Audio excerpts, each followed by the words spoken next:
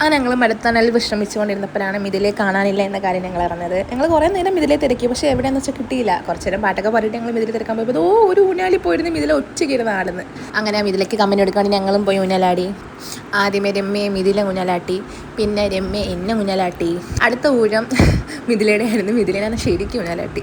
അപ്പോൾ ഞാൻ അങ്ങ് പറപ്പിച്ച്, ആകാശം കണ്ടില്ലെന്നേ ഉള്ളൂ. അപ്പോൾ അവൻ നന്നായിട്ട് പേടിച്ച്. ഞാൻ അവളെ ഊഞ്ഞാലാട്ടുന്നത് കണ്ട് ഗ്രീഷ്മ പറഞ്ഞ് എന്നെ ആട്ടണ്ട, ഊഞ്ഞാലാട്ടണ്ട. ഇങ്ങനെ ഗ്രീഷ്മ വന്ന് സമാധാനിപ്പിക്കാൻ ആദ്യമൊക്കെ ഒന്ന് പതുക്കെ ആട്ടി. പിന്നെ ആൾക്ക് ഹൈറ്റ് നല്ല പേടിയാവുണ്ട്. പിന്നെ നമ്മളങ്ങനെ ഒരുപാട് ചോദിക്കാൻ നിന്നില്ല. പിന്നെ അവസാനം ഗ്രീഷ്മയെ വീണ്ടും മിഥില ഒറ്റയ്ക്ക് ഇടുന്നതുകൊണ്ട് മിഥിലയെ ആട്ടി. അത് ഞങ്ങൾ ഊഞ്ഞാലൊക്കെ അവിടെ നിന്ന് അങ്ങോട്ട് പോയി ഞങ്ങൾ റിവ്യൂ എടുത്തു. മരത്തണലിൽ ഞങ്ങൾ റിവ്യൂ എടുത്തു. എങ്ങനെ ഉണ്ടായിരുന്നു? ആഹാ, നല്ല കാറ്റല്ലേ. പറ, എങ്ങനെയുണ്ടായിരുന്നു ദിവസം? അടിപൊളി.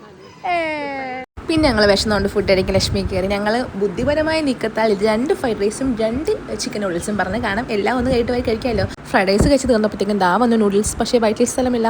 അവസാനം ഞങ്ങളത് പൈസയിൽ പറഞ്ഞ് ഞങ്ങൾ നേരെ പാർക്കിലോട്ട് പോയി. അതിൻ്റെ വിശേഷങ്ങൾ അടുത്ത വീഡിയോയിൽ പറയാം. ബൈ.